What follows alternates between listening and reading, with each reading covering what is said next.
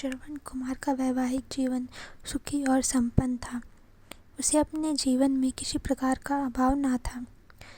यदि शोक और चिंता का कोई कारण था तो यह कि उसके माता पिता के नेत्र ज्योति कैसे लौटे, इसी चिंता में वह लगा रहता था। समय की गति कुटिल भी होती है। अपनी गति से वह मानव को अपने पास में ले आता है। धर्मपरायण साध्वी विद्या के ज्ञान और संस्कार देकर घर और आसपास के लोगों ने उसे विद्यावती कहकर पुकारना आरंभ कर दिया। या ऐसे ही कोई अन्य कारण बना, उसके अंदर अहंकार ने अपना स्थान ले लिया था। दया और ममता की देवी विद्यावती के मन में राग देश के भाव उत्पन्न होने लगे। जो विद्यावती श्रवण के माता पिता के दर्शन और चरण स्पर्श किए बिना, उनका आशीर्वाद लिए बिना कोई कार्य नहीं करती थी, आज उसने उसका त्याग कर दिया था। इस सबसे अनजान श्रवण कुमार प्रतिदिन के अनुसार नित्य क्रिया करता हुआ सेवा करता रहता था। माता पिता अपने पुत्र को दुख ना हो इसलिए कुछ नहीं कहते। वे सोचते थे यदि हमने अपने पुत्र को यह सब कह दिया तो उसकी गृहस्थी टूट जाएगी या बिखरा हुआ जाएगा। उन्हें यह सब कुछ दिन तो सामान्य लगा कि विद्यावती भूलवश ऐसा कर रही है। फिर लगा यह सब जानबूझ किया जा रहा है। स्वच्छ और स्वादिष्ट भोजन बनाने वाली विद्यावती की पाठ कला में कैसे परिवर्तन आ गया। जो भोजन ऐसा स्वादिष्ट होता था कि वे उंगलियां चाटते रह जाते थे, वे आज भोजन केवल पेट भरने और घर में कलह ना हो इसलिए खा लेते थे। अभी वे इस समस्या से उभरे नहीं थे कि उन्हें लगा विद्यावती रात को पैर चप्पी करने में जी चुराने लगी है। जब उनसे नहीं सहा गया तो वे विलक उठे। श्रवण को भी लगने लगा था कि विद्यावती अपने सास ससुर में कम रुचि ले रही है और माता पिता भी स्वास्थ्य के रूप में कमज़ोर होते जा रहे हैं। माता पिता भी गुमसुम से बने रहते हैं। उसे पहले तो सामान्य लगा, फिर एक दिन अकेले में पिता से पूछ बैठा, पिताजी, मानव का स्वास्थ्य किन परिस्थितियों में गिरता जाता है? सांत्वन ने सामान्य रहते हुए शांत भाव से उत्तर दिया, पुत्र, दैविक ताप और भौतिक ताप, ये तीनों ताप मानव के स्वास्थ्य और मन को अस्वस्थ करते हैं। पिताजी, दैहिक ताप क्या है? श्रवण ने पूछा, पुत्र, ऐसे कष्ट जो मन में कफ, वात, पित्त द्वारा उत्पन्न होते हैं वे दैहिक ताप कहलाते हैं। विभिन्न रोगों का कारण दैहिक ताप ही है, शांतवन ने पुत्र को स्नेह बताया। और पिताजी, दैविक ताप वे हैं जो किसी कारण जाने अनजाने में महापुरुषों, सत्पुरुषों अथवा देवी देवताओं को रुष्ट करके स्वयं मानव भोगता है, और मेरे नेत्रों की ज्योति का लोप होना इसका परिणाम है। वह कैसे पिताजी? श्रवण ने पूछा। इसके बारे में श्रवण को पिता शांतवन ने अपने गुरु त्रिजटा द्वारा चूहिया के श्राप का वृत्तांत का सुनाया। भौतिक ताप से क्या तात्पर्य है? श्रवण ने आगे पूछा। पुत्र, भौतिक ताप सुख साधनों के रहते जब मानव निकृष्ट यत्नों से कमाए गए धन का सेवन कर लेता है तो उसमें मद, अहंकार, रिश्ते आदि दोष उत्पन्न हो जाते हैं और उसी के फलस्वरूप वह अनेक प्रकार के अशांत रहकर स्वयं तथा अपने संबंधियों को कष्ट देने लगता है। कहा भी गया है, जैसा खाए अन्न वैसा हो मन, जिसका प्रमाण फिर शांतवन को लगा जैसे कोई भूल हो गई हो। प्रमाण क्या दे? जो प्रमाण देने जा रहे थे वे घर में कलह उत्पन्न करने में सार्थक होते। फिर विषय बदलते हुए शांतवन ने पूछा, पुत्र, आज इस प्रकार का प्रसंग कैसे आ रहा है? तो श्रवण ने कहा, पिताजी, कई दिनों से मैं अनुभव कर रहा हूँ कि आप और माँ जी के मन में कोई दुख है जो आप मुझसे या विद्या से नहीं कह रहे हैं। मैं इस प्रश्न के उत्तर खोज रहा हूँ। शांतवन को लगा जैसे पुत्र ने शायद चोरी पकड़ ली हो या स्वयं द्वारा छिपाया गया सफल वृत्तांत भी असफल रहा। उनका मन विचलित हो उठा। यदि बहू के विषय में कहते हैं तो पारिवारिक कलह होता है और यदि नहीं कहते हैं तो पिता पुत्र के प्रेम में संदेह। उत्पन्न होता है। सोच विचार करते हुए शांत मन बोले, पुत्र, यदि कोई समस्या या ताप पैदा होता है तो उसका हल उसी के आसपास ही होता है। ज्ञानी पुरुष वही है जो उसे खोज ले। श्रवण को लगा जैसे उसे अपनी इस व्यथा का उत्तर मिल गया हो। वह सोच रहा था कि समस्या का समाधान समस्या के सन्निकट ही होता है, अतः यह समाधान यहीं कहीं पर ही मिलेगा और वह उसे खोज कर ही रहेगा।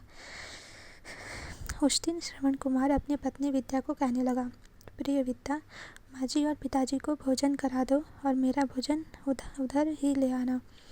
जी, जैसी आपकी आज्ञा, कहकर विद्या भोजन लेने के लिए रसोई घर में प्रवेश कर गई और श्रवण माता पिता के कक्ष में आसन बिठाकर माता पिता सहित बैठ गया। विद्या ने कक्ष में प्रवेश किया। उसके दोनों हाथ में भोजन लगी हुई थाली थी। एक थाली माँ के समक्ष तथा दूसरी थाली पिताजी के समक्ष रख दी।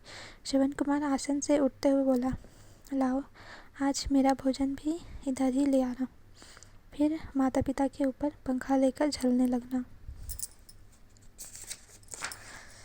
भोजन की थाली के साथ विद्या ने प्रवेश किया।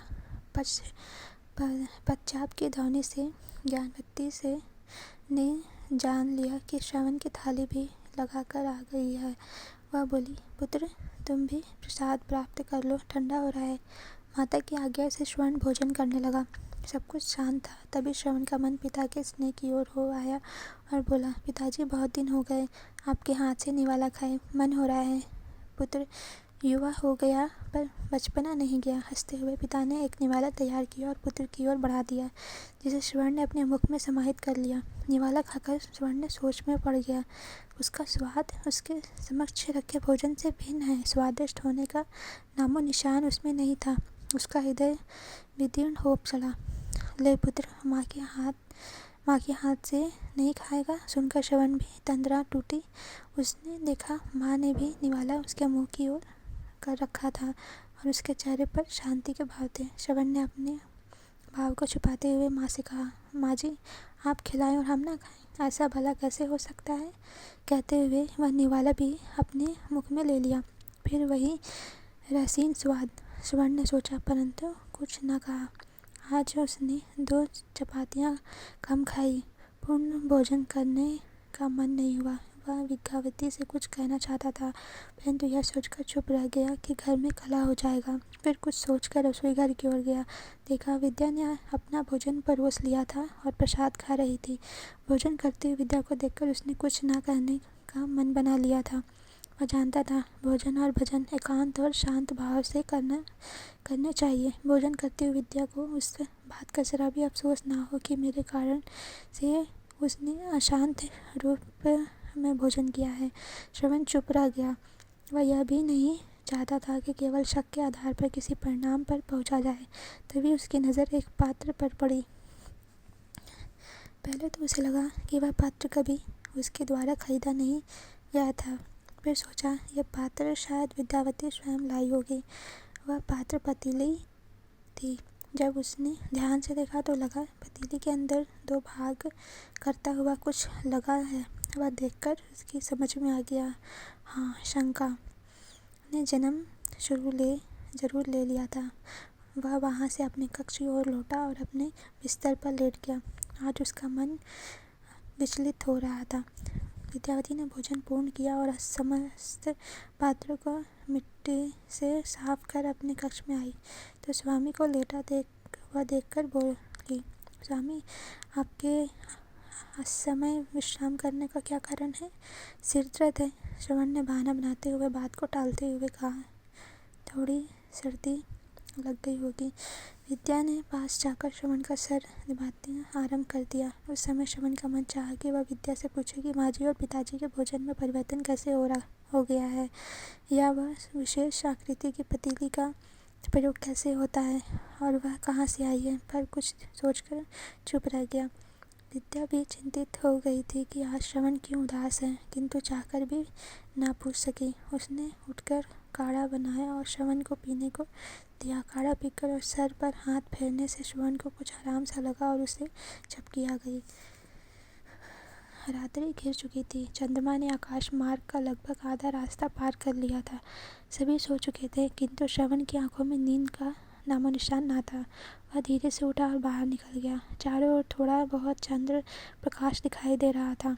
जुगनुओं के प्रकाश से उसका उपस्थिति का आभास हो रहा था। दबे पांव रसोई घर में गया और पतीली के सामने खड़ा हो गया। फिर कुछ सोचकर उसने पतीली को हाथ में लिया और बाहर आ गया।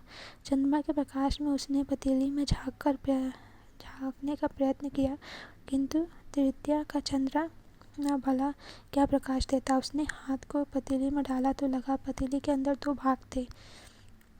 अपनी शंका को पूरा करने का प्रयत्न करने के लिए वह वापस अंदर गया और दीपक जलाकर प्रकाश किया। दीपक के प्रकाश के साथ ही उसकी शंका समाधान बनकर सामने खड़ी थी। अब नए प्रश्न ने उसे विचलित कर दिया। आखिर विद्या ने ऐसा क्यों किया?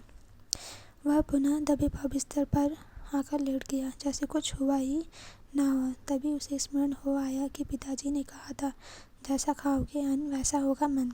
फिर उसे लगा गूढ़ी और संस्कारित विद्या ने अवश्य ही कोई ऐसा भोजन किया होगा जो कटुतापूर्वक कमाया गया हो, पर कैसे, यह तो उसके समझ में से परे था। प्रातःकाल उसके नेत्र थोड़ी देर से खुली। विद्या नहा धोकर तैयार हो चुकी थी। माँ जी को उसने स्नान करा दिया था और पिताजी को जल भरकर रख आई थी। वह बिस्तर से शीघ्रतापूर्वक उठा और माँ ज्ञानवती के पास पहुँचा। हमेशा की तरह माँ ने पूछा, आ गए पुत्र? हाँ माँ जी, आज भूलवश विलम्ब हो गया। रात देर से जो सोया था, माँ ने कहा। श्रवण को लगा कि किसी बिच्छू ने उसे काट लिया हो, या उसको लगा जैसे संपूर्ण शरीर का खून जम गया हो। आप बैठ, ज्ञानवती ने उसे पुकारा। बता क्या परेशानी है? माँ के इस प्रश्न ने उसे झंझोड़ दिया। धीरे धीरे चलता हुआ माँ के पास आया और माँ के चरण छूकर बोला, माँ तुम्हें सब पता है। पुत्र, माँ का दिल ऐसा ही होता है। बता क्या जानना चाहता है? ज्ञानवती ने स्नेह से हाथ फेरा। माँ विद्या, तुम कुछ दिन पूर्व कहीं गई थी? हाँ, परंतु तुम ऐसा क्यों पूछ रहे हो? मेरी शंका का समाधान शायद यहीं पर हो। शंका? कैसी शंका? माँ ने अधीर होकर पूछा। यही कि फिर कुछ सोचकर बोला, कुछ ऐसी जगह जहाँ उसने कुछ खाया हो। हाँ, गई थी वह। एक परिवार में भोज था, वहीं गई थी। बड़ा धनी परिवार है, उसकी सहेली भी है। उस परिवार में वहीं गई थी, परंतु ऐसा प्रश्न क्यों पूछ रहा है? माँ, मैं उस परिवार को जानता हूँ। माँ के द्वारा उस परिवार के मुखिया का नाम सुनकर श्रवण बोला। माँ, उस परिवार में जो अन्न खाया जाता है वह कलुषित होता है। गरीबों के हाथ से छीना गया अन्न उस परिवार का पेट भरता है। बेचारे सामान्य जन उस परिवार में मजदूरी करके बहुत सा धन पैदा करते हैं और वे उन्हें केवल 2 जून की रोटियां देकर चलता कर देता है। बड़े असभ्य लोग हैं वे। हाँ माँ, और देखो विद्या ने वो एक दिन वहाँ भोजन कर लिया। उस अन्न का परिणाम आपके और मेरे परिवार के सामने है। माँ ने कहा। मैं समझी नहीं। श्रवण ने रात की घटना सुनाते हुए कहा। माँ, हो सकता है कि उसी स्त्री ने उसे यह पतीली दी हो। फिर वह उठा और उस पतीली को चुपचाप लेकर जंगल में छिपा आया। फिर सामान्य रहकर माता पिता की सेवा में लग गया। दोपहर का भोजन बनाते समय विद्या ने देखा पतीली वहाँ नहीं थी। वह पहले तो इधर उधर ढूंढती रही, फिर जब नहीं मिली तो श्रवण से पूछने चाहती थी, परंतु श्रवण पिताजी के लिए पुष्प और आग जलाने के लिए लकड़ियाँ लेने गया था। विद्या ने विचार किया, श्रवण के आने पर पूछ लूँगी। फिर उसे लगा पूछकर गलत करेगी, क्योंकि हो सकता है वे कहे दूसरे पतीली में भोजन बना लो, और उस पतीली का श्रवण को पता नहीं है। उस दिन विद्या ने दूसरी पतीली में भोजन बनाया। माता पिता को भोजन परोसा गया। श्रवण कुमार के माता पिता को लगा जैसे चमत्कार हो गया। वही विद्या के हाथों से बना स्वादिष्ट भोजन और वही सामान्य सा सुखमय वातावरण। न कोई कहा सुनी, न कोई मनमुटाव। आज खाना स्वादिष्ट बना है विद्या, माँ ने कहा तो विद्या ने अपनी नज़रें झुका ली। बात आई गई हो गई। न पतीली मिली, न फिर स्वादहीन खाना बना। एक दिन विद्या ने पूछ ही लिया, स्वामी, घर में एक पतीली थी, ना जाने कहाँ रख दी मैंने, क्या आपने देखी है? कौन सी पतीली? श्रवण ने पूछा। तो विद्या ने बोला, वही जिसमें पिछले दिनों मैं खाना बनाती थी और जिसमें 2 भाग थे।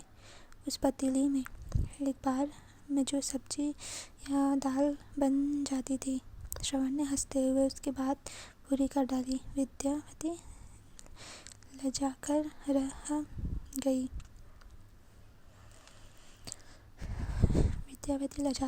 फिर धीरे से बोली, हाँ वही, ऐसे बर्तन को दूर ही कर देना उचित है विद्या, जो मन को छोटा करते। क्षमा कीजिए स्वामी। विद्या श्रवण से बोली, उस दिन मेरी सहेली आई थी, उसने मुझे भोज पर आमंत्रित किया। जब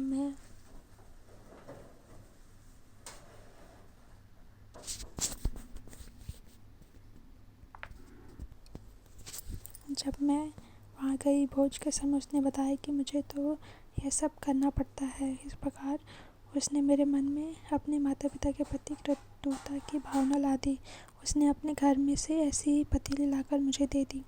न जाने ऐसा कौन सा प्रभाव था, मैं उसके जैसा करने को तत्पर हो गई। अब तक मैं ऐसा करती रही। मेरे अंदर का कपट न जाने कब तक चलता रहता। आपने मेरे इस कुकृत्य का परिणाम बिना भय के दूर कर दिया। आप मुझ अभागिन को क्षमा कर दीजिए। अभागिन? तुम कैसे हो विद्या? ये तो तुम्हारे अच्छे संस्कारों का फल है कि इस दुष्कर्म से तुम बच गई और आप जैसे स्वामी की सेवा करने का फल मिला। आप महान है स्वामी, जिसने मुझ पापी होने से बचा लिया। यह तो गृहस्थ धर्म का था और मैंने तो केवल अपना पालन किया, और मैं ऐसी अभागिन हूँ कि गृहस्थ धर्म को कहकर फपक कर रो पड़ी विद्या। तो श्रवण बोला, गलती तुम्हारी ही नहीं है विद्या, उस अन्न का परिणाम था जो तुम बुरे कर्मों द्वारा पैदा किया गया था। तो विद्या बोली, मैं कुछ समझी नहीं। विद्या कुछ देर रोते रहने के बाद बोली, ऐसा कर्म तो मैंने किया है, पर उसको उनका दोष क्या? तो श्रवण बोला, देखो, जिस प्रकार अग्नि को जलाते समय जैसे लकड़ी का प्रयोग किया जाता है, वैसे ही अपान वायु निकलती है। उसी प्रकार जैसे अन्न के द्वारा शुद्धाग्नि शांत की जाती है, वैसे ही स्वभाव मनुष्य का होता है। तो विद्या बोली, परंतु स्वामी, वे तो धनी हैं, स्वच्छ वस्त्र आदि धारण करते हैं। तो श्रवण बोला, किंतु बाह्य स्वच्छता से अधिक आंतरिक स्वच्छता आवश्यक है, जो केवल ईश्वर की आराधना और सत्कर्मों से ही संभव है। श्रवण ने समझाते हुए कहा, केवल धन से धनी नहीं होता, धर्म से धनी ही श्रेष्ठ धन ही है। अपने परिवार की तुलना करके देखो, सभी अशांतियाँ उस घर में स्थित है और यहाँ सब कुछ स्वच्छ और शांति से है। यह सब सात्विक अन्न का ही प्रभाव है। सही ही कहा है किसी ने, जैसा खाओ अन्न वैसा हो मन। सुनकर विद्यावती प्रसन्न हो गई। उसने श्रवण के हृदय पर सर रखकर कहा, आपने अनर्थ होने से बचा लिया। श्रवण के मुख पर प्रसन्नता के भाव छलक आए।